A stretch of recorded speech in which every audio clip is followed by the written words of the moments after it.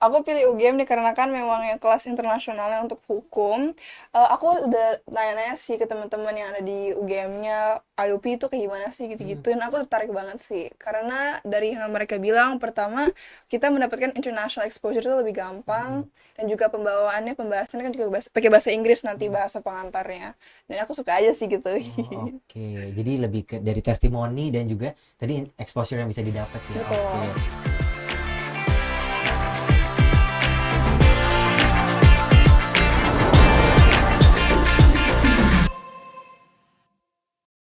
Selamat datang kembali di Langit Opini episode kedua, part yang kedua juga. Bersama aku Adventis Immanuel dan telah hadir di sini Edelin Mia Marta Negara. Oke, halo Edelin lagi. Halo, Mia ya, ternyata di Adventi. sini panggilnya Mia. Oke. Mia, tadi kita ada ngomongin tentang peran gender. Nah, kali ini di fall yang kedua, kita kayaknya ngomongin terkait dengan aku pengen tahu nih terkait dengan kehidupan dan juga perjalanan dari Mia ini sendiri gitu. Oke. Podcast kali ini nih Mia, kita lagi berkolaborasi dengan Mula by Galleria Jakarta. Jadi buat kamu yang lagi mencari tempat work from anywhere untuk menunjang aktivitas dan juga produktivitas, yuk bisa langsung untuk cek dan datang langsung ke Mula by Galleria Jakarta. Mula Galleria Jakarta hanya dengan 75.000 kamu bisa mendapatkan coworking hot desk dengan meja yang luas, kursi nyaman, internet super cepat dan juga free flow dari minuman. Dan tapi bukan hanya dari coworking space di sini, Mula by Galleria Jakarta di sini juga menyediain ada dari meeting room, ada dari event space, studio podcast, studio kreatif dan juga bisa menyesuaikan dengan kebutuhan kita semua dan pastinya dengan fasilitas yang super lengkap. Jadi kalau mau lebih tahu lebih lanjut bisa untuk langsung cek di Mula websitenya www.mulaindonesia.com dan juga dari sosial media Instagram @mulaindonesia. Mula, kreasi, koneksi, edukasi. Oke. Nah, Mia, tadi Mia juga sempat nyebutin di part yang sebelumnya. Jadi kalau teman pengamat di sini belum nonton, tonton dulu jadi bisa relate ya dengan omongan hari ini. Mhm. Tadi Mia sempat nyebutin, berarti baru mau masuk kuliah, baru lulus SMA. Betul. Oke. Masuk mana Mia tadi kalau boleh tahu? Ke Gajah Mada University. Oke, jurusannya Hukum IUP. IUP Hukum. Kalau boleh tahu, kenapa IUP Hukum nih? Dan juga kenapa UGM? Mhm. Aku pilih UGM dikarenakan memang yang kelas internasionalnya untuk hukum. Aku udah nanya-nanya sih ke teman-teman yang ada di UGM-nya, IUP itu kayak gimana sih Hmm. gitu-gituin. Aku tertarik banget sih. Karena dari yang mereka bilang, pertama kita mendapatkan international exposure itu lebih Hmm. gampang. Dan juga pembawaannya, pembahasannya kan juga pakai bahasa Inggris nanti Hmm. bahasa pengantarnya. Dan aku suka aja sih gitu. Oh, oke. Jadi lebih ke dari testimoni dan juga tadi exposure yang bisa didapat ya. Betul. Oke. By the way ini teman pengamat sama juga. Tadi kita sama-sama Fakultas Hukum Mhm, mhm. dan aku mau tanya dong ya. Persiapannya mungkin kan baru mau masuk ya. Oke, nanti Mia juga ke Jogja. Apa aja nih Mhm. persiapannya sampai sekarang?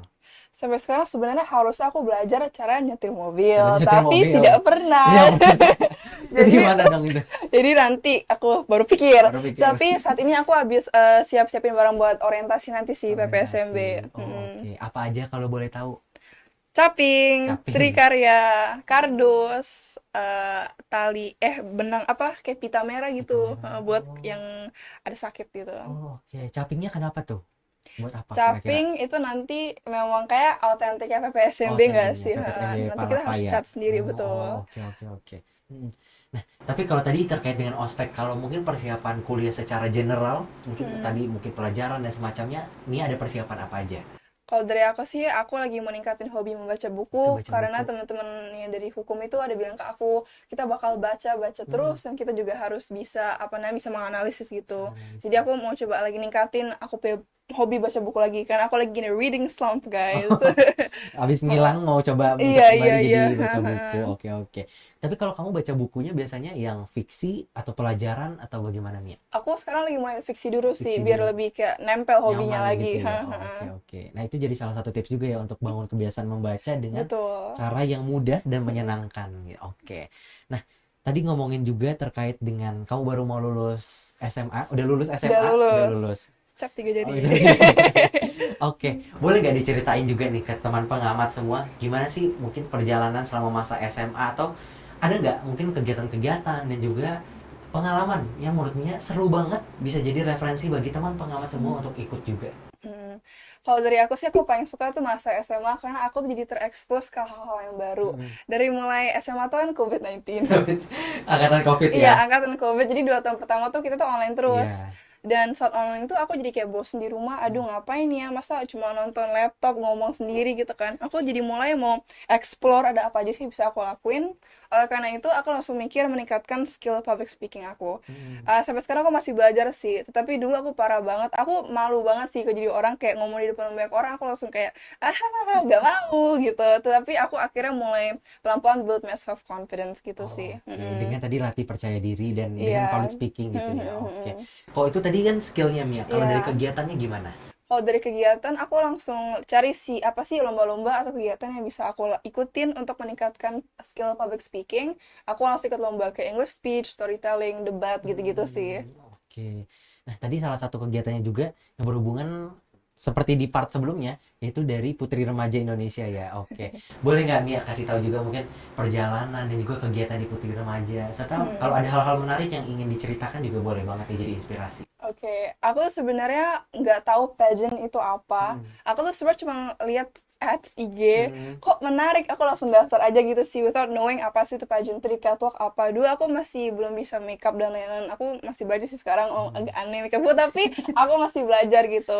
Jadi aku ikut pageant, dan di setiap kegiatan aku ikutin sih, aku tuh selalu datang sebagai orang yang ingin mengadvokasikan tentang lingkungan, gender, animal abuse gitu-gitu sih. Jadi aku membawa manner itu ke Putri Remaja Indonesia. Jadi ya gitu sih, dan untungnya yayasannya itu selalu kayak push kita buat melakukan hal yang kita suka. Hal yang disukai. Ya dari mungkin putri-putri yang lain yang juara 2, juara 3, juara 5, mereka tuh mungkin ada lebih ke modeling, ada yang lebih suka olahraga dan lain-lain. Kalau aku tetap stick ke apa yang aku suka, itu advocating. Suka. Oke, dan bersyukur banget juga ya bisa Iya, dapat wawasan wadah dan juga yayasan tadi yang bisa dukung betul. keinginan kita gitu. Jadi nggak terlalu terpaku. Oke, dan di sini Mia berarti juara satunya ya di situ, juara satu di Indonesia loh teman-teman. Waduh. Oke, jadi teman pengamat kalau mau cari tahu inspirasi lebih lanjut boleh nih cek Instagramnya Mia. Oke. Nah, Mia kalau di Putri Remaja tuh kemarin berarti ngapain aja kalau boleh tahu? Saat karantina kita ada of course latihan catwalk, Hmm. make up, tetapi sekarang pageant tuh bukan lebih kecantikan doang, tetapi mereka juga ingin melihat kayak integritas Dampak ini, kita. oh Heeh. ya.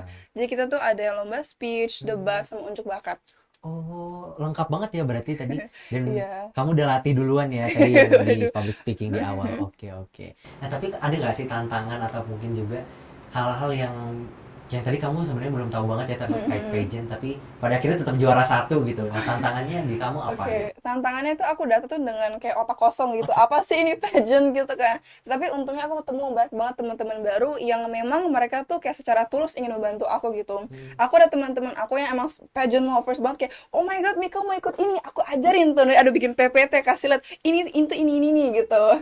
Gitu. Oh, oke. Dan itu tantangannya karena belum ada basicnya tadi ya. Betul, Oke. betul. Tapi kalau boleh tahu gimana cara kamu pada akhirnya bisa punya wawasan dan ya tadi bahkan juara satu loh di sini. Well, of course aku tuh yang paling jelek kok dari pageant tuh, aku cara jalan aku masih aneh gitu. Tetapi saat dari regional ke nasional itu, aku tuh ada les kayak setiap hari gitu, les catwalk, terus juga diajarin makeup, dan juga ada apalagi ya, makeup sama catwalk sih. Makeup sama catwalk. Oke, oke. Dan itu tadi latihan juga ya dan oke berarti kamu ada orang-orang yang ngebantu juga ya di Of situ. course. Oke. Oh, oke, oke. Nah, kalau tadi Putri Remaja kayaknya teman-teman juga ada banyak dengar dan nanti kalau mau coba join gitu ya, coba tanya-tanya Mia di sini. Oke, kalau kegiatan lainnya ada nggak Mia yang dijalanin selama masa SMA ini? Selama SMA aku suka ikut organisasi juga sih, karena Juga. aku kayak masih gak gitu ngerti gimana sih organisasi berjalan bagaimana. Jadi aku tuh belajar sambil praktek gitu. Jadi aku tuh kalau mau belajar tuh harus kayak secara apa kinestetik gitu. Kinestetik. Kamu berarti learning by doing ya tipe orangnya juga. Yes. Oke, oke. Nah, boleh nggak ceritain juga tadi kalau ngomong-ngomong tentang Hmm. kegiatan ya, aku lihat di Instagram kamu ikut parlemen remaja gitu. Nah, parlemen remaja kalau Mia jalanin gimana nih? Mungkin boleh diceritain juga ke teman pengamat semuanya. Oke, aku tuh pertama kali tahu Parlemen Remaja itu dari LinkedIn. Ada alumni yang 2021 yang nge-post gitu kan. Aku lihat, wah dia lolos, aku mau ikut. Tapi udah telat, gak Oh, bisa udah gitu telat. kan. Iya. Jadi aku Tahun coba, depan. iya betul. Jadi Oke. 2022 aku coba dan untungnya langsung lolos gitu. Oh. Ha-ha. Gitu sih, terus akhirnya aku jadi belajar banyak tentang politik. Awalnya aku masih nol, aduh gimana sih itu bekerja. Tapi akhirnya kan ada pemaparan Iya. materi dari anggota-anggotanya, kita jadi belajar banyak banget. Kalau dari Noel gimana nih? Oke, wah, aku mau tanya Mia dulu nih sebenarnya. Oke. Oke, apa jangan-jangan itu juga jadi alasan untuk kamu masuk ilmu hukum ini? Iya sih, karena Iya itu. juga. Oh, oke. Nah, pengalaman dan juga kegiatan pelaksanaannya ngapain aja Mia? 5 hari ya waktu itu aku lihat. Iya betul, tapi tahun jadi 6. Jadi 6. Iya, kalau kita tuh awal-awal kalau nggak salah ada culture night gitu nggak sih? Kita tuh jadi ada tarian-tarian gitu Iya. dan apa yang kita ituin. Lalu kita juga ada pemaparan materi dari anggota-anggota DPR dan speaker-speaker keren. Lalu yang paling ditunggu-tunggu itu of course simulasi paripurna dan juga simulasi apa rapat kerja ya. Rapat kerja rapat. Lalu kita juga ada kunjungan kerja ke BPS, Google, dan Tokopedia. Dan yang paling terakhir kita ada City Tour Jadi Jakarta. itu, Iya. oke. Dan banyak kenalan sama teman-teman seluruh Indonesia ya Betul, di situ. betul. Oke. BTW tadi kayaknya rapat komisi Oh, guys. apa komisi ya? Oke, Iya. rapat komisi. Nah, kalau dari tadi mungkin rapat komisi dan juga ada rapat paripurna, insight apa yang kayaknya kamu dapat banget nih? Mungkin tadi jadi gambaran ya bagi semua anak-anak muda yang ikut juga gitu. Kalau dari aku sendiri sih, aku merasa itu benar-benar intens banget sih. Kita apa namanya percakapannya dan berdiskusi negosiasi itu benar-benar kerasa buat kita kayak satu ruang tuh panas gitu. Heeh. Apalagi per fraksi itu kan keren banget kan. Yang lucunya itu pas kita lagi sesi lobbying itu kan dikarenakan waktu kita memang kurang banyak kan waktunya kan. Kita tuh jadi panik pas lagi di lobbying terus kita kayak marah-marah tapi nggak marah-marah lah, tapi kayak berdiskusi lebih intens lagi gitu. Yang aku dapetin sih pelajaran baru gimana orang-orang bisa negosiasi gitu sih. Bisa negosiasi. Nah, pembelajarannya apa tuh Mia? Kalau boleh diceritain juga lebih detail. Oke, kalau dari aku sih aku belajar lagi skill negosiasi. Karena kan yang di peserta parlemen remaja itu pasti orang-orang yang kayak the best out of the best gitu sih dari setiap daerah gitu. Jadi aku belajar banyak banget sih dari teman-teman. Misalnya dari daerah ini mereka ada skill ini, aku jadi belajar gitu. Heeh. Kolaborasi juga ya gitu. Betul. Oke, dan berarti juga kalau ngomong-ngomong negosiasi, bagaimana nantinya kita juga bisa tetap punya pendapat, tetap punya keinginan, tapi kesinambungkan dengan yang orang lain. Betul, Oke. betul. Nah, tadi ngomong-ngomong kalau terkait ada parlemen remaja, putri remaja, kamu juga menang debate Inggris gitu. Nah, mungkin aku mau kepo juga nih, aku lihat di Instagram kamu terkait dengan kamu ikut lomba dari Harvard MUN gitu ya di Betul. Australia. Nah, boleh nggak diceritain juga nih, Mia? Kayaknya keren banget gitu. Aduh, Baru lulus SMA loh.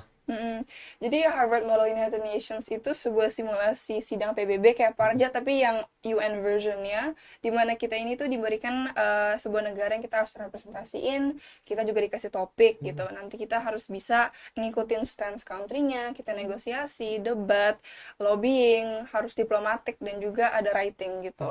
Oke, berarti itu ngelatih semua skill dalam 4 aspek bahasa Inggris gitu ya. Betul. Oke, dan pengalamannya gimana di situ Mia? Apakah seru, menegangkan? Pengalamannya seru banget sih, apalagi sebagai satu-satunya orang Indonesia di situ. Tetapi untungnya mereka friendly ke aku, sangat open gitu. Jadi aku belajar banyak banget dari mereka. Yang paling seru pas lagi itu sesi debatnya sih, karena ada sama of course di setiap sesi itu pasti panas kan, Panas banget. kayak yang di parlemen remaja. Pas lagi debatnya itu lebih intens. Terus kita tuh juga harus sama bisa writing gitu kan, kita harus membuat sebuah draft resolution gitu. Resolution. Wow, oke. Dan itu jadi gambaran juga apa kamu mau jadi diplomat nantinya?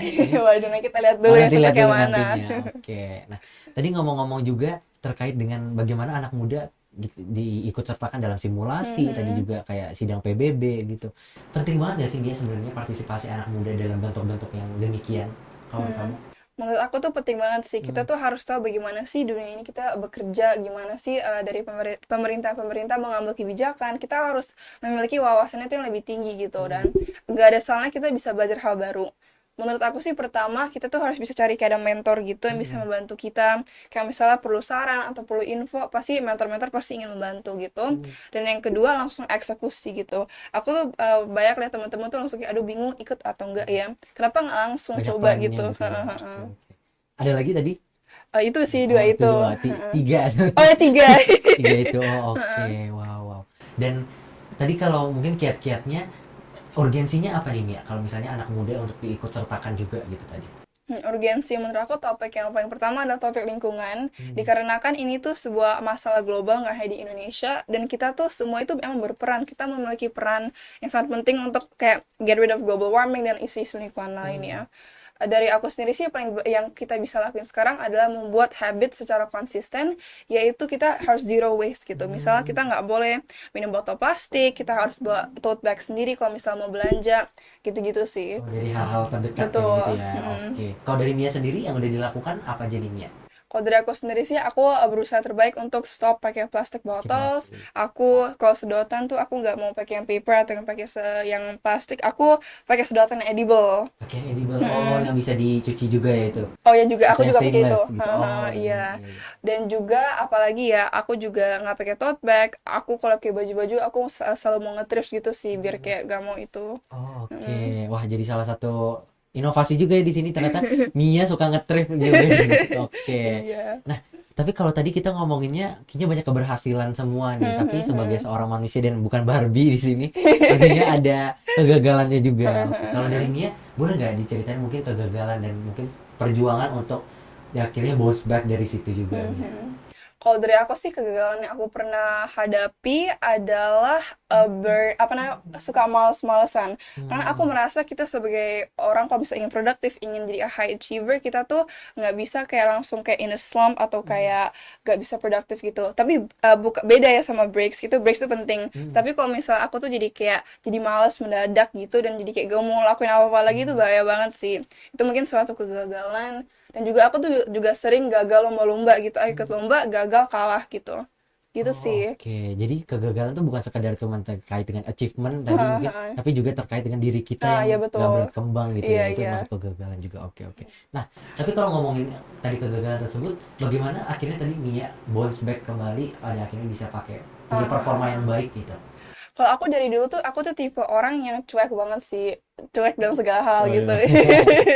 Dan aku tuh kalau misalnya ada kegagalan gitu tuh, aku tuh nggak pernah take it too hard gitu. So aku malah aku suka gagal malah, karena dari kegagalan itu kita bisa belajar banyak banget hal yang baru gitu. Jadi aku tuh mindset tuh selalu kayak positif, gak pernah lihat kegagalan sebagai kayak a failure gitu, tapi sebagai hal yang aku bisa Bisa pelajari pelajari gitu. gitu. Mm-mm. Jadi punya makna di baliknya Betul. gitu ya. Iya. Penting banget nih ya untuk dapat. Kalau misalnya kalau kegagalan tuh jangan sampai terpuruk banget, tapi kita juga bisa nganggapnya itu sebagai pembelajaran. Betul. Oke. Nah, tapi Mia tadi ngomong-ngomong tentang untuk jadi high achiever, tapi perlu juga break. Ada salah satu fenomena imposter syndrome gitu ya, ataupun juga crab mentality gitu. Nah, kalau pandangan kamu terkait dengan hal tersebut gimana Mia? Kalau menurut aku sih, aku dari sendiri nggak mengalami gitu. Tetapi menurut aku sih, imposter syndrome kan berarti artinya mereka tuh kayak merasa kalau misalnya mereka tuh kayak not enough gitu, apa yang mereka sudah Iya, achieve. Dari aku sendiri sih, aku tuh selalu kayak express gratitude. Aku express selalu gratitude. bersyukur atas semua hal yang aku ada gitu. Jadi aku tuh ada keep like a journal gitu. Aku tulis hari ini aku bersyukur apa aja gitu. Oh, Dan oke. menurut aku ini tuh kayak bikin aku tuh grounded gitu. Ego aku nggak naik atau gimana gitu. Dan aku tuh selalu bersyukur dengan hal-hal yang paling kecil gitu. Mungkin misalnya, wah aku makan makanan favorit gitu, hari ini aku makan enak banget gitu. Atau oh aku menang lomba ini, aku bersyukur gitu. Dengan kebersyukuran ini, aku tuh jadi jarang atau tidak pernah ada imposter syndrome. Oh, oke. Jadi bisa bersyukur tapi tetap berkembang di saat Iya, betul. bersamaan. Oke, oke. Nah, tapi kalau Mia sendiri ngadepin mungkin kalau tadi dari diri kita ya, tapi kalau ada di diri orang lain yang pada akhirnya dia temenan atau mungkin berinteraksi dengan Mia gimana tuh Mia? Maksudnya Nanggepinnya? kayak imposter syndrome gitu. Iya, ada teman yang mungkin imposter syndrome terus kamu nanggepinnya gimana? Kalau dari aku sendiri sih, aku selalu ngingetin dia kalau misalnya kayak what everything you have right now itu emang bagus banget sih. Ini kalian harus bisa bersyukur, harus bisa kayak be grateful for that gitu. Dan kok aku tuh selalu ingin nyemangatin teman-teman semua kalau misalnya semua keberhasilan itu kalian tuh udah hard work banget. Kalau misalkan memang merasa kalian nggak sampai kayak 100 gitu kan kerjain, nanti kalian cari acara yang sama lagi terus coba lagi gitu. Coba lagi betul. Heeh. Try everything ya. Iya Oke, lagi betul. nanti play lagunya Shakira. Oke. Nah, tadi itu udah lumayan banyak banget ya insight dan tapi sebelum menutup nih Mia, ada nggak rekomendasi atau mungkin kiat-kiat juga yang bisa teman-teman pengamat ikuti untuk nantinya bisa jadi anak-anak muda dan juga generasi selanjutnya yang aktif dan juga punya inovasi untuk negeri sendiri nih. Mhm. Aku ingin ingetin teman-teman kalau misal kita tuh punya our own timeline. Jadi kalau kan teman-teman tuh nggak harus bisa membandingkan diri ke orang lain. Mungkin misalnya ada orang ini tuh kok udah bagus banget, gini aku sedangkan masih di sini. Teman-teman harus tahu kalau kita tuh punya our own timeline again, karena kita tuh pasti ada waktu-waktu sendiri. Kita masih ada pelajaran-pelajaran yang kita belum pelajari gitu. Jadi menurut aku saran aku tuh kita tetap semangat, positif, be grateful sama apa yang kita punya dan kita pelan-pelan jalaninnya. Pelan-pelan jalanin. Hmm. Satu demi satu tapi nanti semuanya jadi bukit gitu Iya, ya betul. karena oke. Nah, itu udah hampir udah semuanya sebenarnya Mia ada pertanyaan atau Wow. kalau dari kamu ada yang ingin disampaikan lagi? Dari aku sih sudah tidak ada sih, tapi aku jadi kepo nih sama Noel. Noel kan Kenapa nih kok jadi aku? oh gak boleh kah? Oh, boleh. Boleh dong. Kalau dari Noel sendiri, Noel kan juga duta genre kan ya. Noel juga bisa dong ceritain gimana sih pengalamannya. Oke, kalau aku di duta genre sebenarnya itu aku masuk di mulainya itu di awal kelas 10 itu di Desember 2020 aku masuk ke organisasi namanya Pick Air. Jadi sebelum masuk ke duta genre itu kita harus ada dulu di organisasi Pick Air itu selama 1 tahun. Sampai akhirnya dari organisasi Pick Air itu udah berjalan ikut kegiatannya. Direkomendasikanlah di 2021 di transisi kelas 10 sampai kelas 11 ikut duta genre jadi satu-satunya anak SMA di antara anak kuliah dan dari Jakarta Selatan naik lanjut ke DKI gitu. Dan itu juga jadi salah satu sama ya mungkin kayak Putri Remaja gitu jadi kesempatan untuk kita bisa sosialisasi, ngembangin bakat dan sesuai dengan cara-cara kita tapi bisa berdampak ke orang lain juga gitu. Keren banget sih. Noel tuh apa aja sih yang Noel pelajari dari duta genre? Jadi kamu ya pasti ini yang mengambil alih. Oke. Oke. Kalau yang aku pelajarin adalah bagaimana yang pertama penerapan dari meaningful youth participation. Anak muda di sini bisa berpartisipasi secara aktif dan juga mereka di sini berpartisipasi bukan sebagai subjek aja, tapi nantinya pemikiran dan juga hal-hal yang mereka sampaikan bisa berdampak secara nyata mulai dari perubahan kebijakan hingga nantinya diterapkan. Terus yang kedua, bagaimana anak muda ternyata di sini punya krisis dan juga ternyata masalah yang besar nih ya di sini. Kita mau pelajari namanya tuh triad KRR. Yang pertama itu terkait dengan say no to drug abuse, terus juga terkait dengan early marriage sama sex before marriage. Jadi bagaimana ternyata anak muda selain mungkin kita masa eksplorasi, tapi eksplorasi tersebut bisa jadi suatu beban ganda yang berbahaya. Jadi kita perlu banget untuk punya informasi dan ilmu yang kuat untuk menghindari hal-hal tersebut. Terus yang terakhir adalah bagaimana kita, namanya juga generasi berencana, pasti punya rencana-rencana yang baik untuk nantinya bisa mempersiapkan sedari dini sehingga bisa melewati masa-masa transisinya gitu. Keren banget sih. Berarti pasti di setiap kegiatan kita ada pasti ada insight baru yang kita bisa nangkep kan ya. Iya betul. Untuk kedepannya apakah Menua ingin mengikut Mr. Teen Indonesia? Ini beneran pertanyaan. Oke, untuk kedepannya kalau ada kesempatan-kesempatan untuk bisa berkembang dan juga bisa punya advokasi dan sosialisasi lagi, aku sangat senang sih untuk bisa ikut serta. Gitu. Kalau dari Mia sendiri mungkin? Nanti lihatlah Nanti ke lihat depan. ya. Oke, Masih jadi belajar back dulu. kita lihat 5 tahun lagi kita undang Mia lagi di sini sebagai narasumber, mungkin dengan title baru ya. Oke, nah itu semua tadi udah pertanyaan dan juga mungkin chit-chat, banyak-banyak cerita dari Mia dan juga aku tadi sedikit juga. Terima kasih banyak Mia udah berkenan hadir di Langit Opini dan berbagi juga ke teman pengamat gitu. Oke, dan sampai jumpa. Semoga gak kapok ya untuk datang lagi. Enggak dong. Oke. Thank you so Dadah, much. dadah. Bye.